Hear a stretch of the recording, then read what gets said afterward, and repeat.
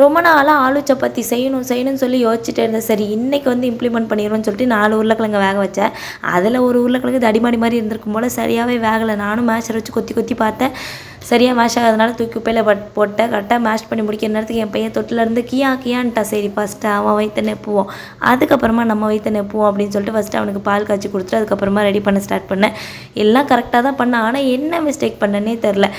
வெங்காயம்லாம் போட்டு தாளித்தேன். கூட வந்து இஞ்சி பூண்டு பச்சை மிளகாய், அது கூடவே வந்துட்டு மஞ்சத்தூள், மிளகாத்தூள், மல்லித்தூள், கரம் மசாலா இதெல்லாம் போட்டு நல்லா வதக்கிட்டு உருளைக்கிழங்கையும் போட்டு நல்லா தாளித்து ஸ்டஃபிங்லாம் ரெடி பண்ணிட்டேன்.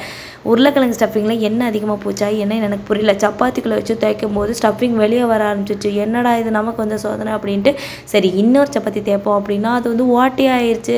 சரி ரைட்ரா இன்றைக்கி நமக்கு வெறும் சப்பாத்தி தான் அப்படின்னு சொல்லிட்டு ஒரு டக்குன்னு ஒரு யோசனை வந்துச்சு.